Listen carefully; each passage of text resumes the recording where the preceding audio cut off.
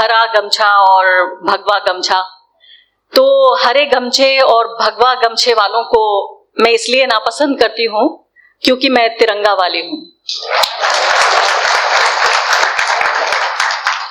कि जब हम ये कहते हैं कि तिरंगा, तो तिरंगे का मतलब सिर्फ ये नहीं है कि 3 रंगों का एक कोई झंडा। तिरंगे का मतलब होता है भारत के सबसे गरीब, सबसे पिछड़े व्यक्ति से किया गया वो वादा कि तुमको संविधान की नजर में बराबर समझा जाएगा। आज महात्मा गांधी का वो अंतिम व्यक्ति, आप में से बहुत सारे लोगों ने सुना होगा उसके बारे में, जिस लास्ट मैन के बारे में वो कहते थे।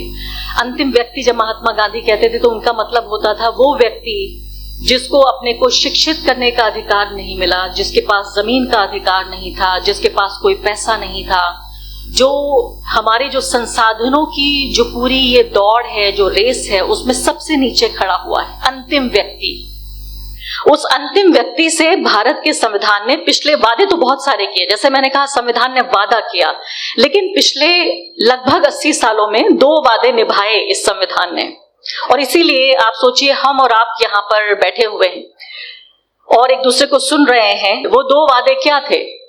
वो 2 वादे जो निभाए गए वो थे बोलने का अधिकार और दूसरा वोट देने का अधिकार। मतलब कुछ भी नहीं था हमारे पास, तो 2 चीजें जरूर थी कि हर आदमी वोट दे सकता था और हर आदमी बोल सकता था। वो अलग बात है कि बोलने की तो आजादी थी, बोलने के बाद कितनी आजादी थी वो अलग बात है कि बोलने के बाद आप आजाद रहेंगे या नहीं।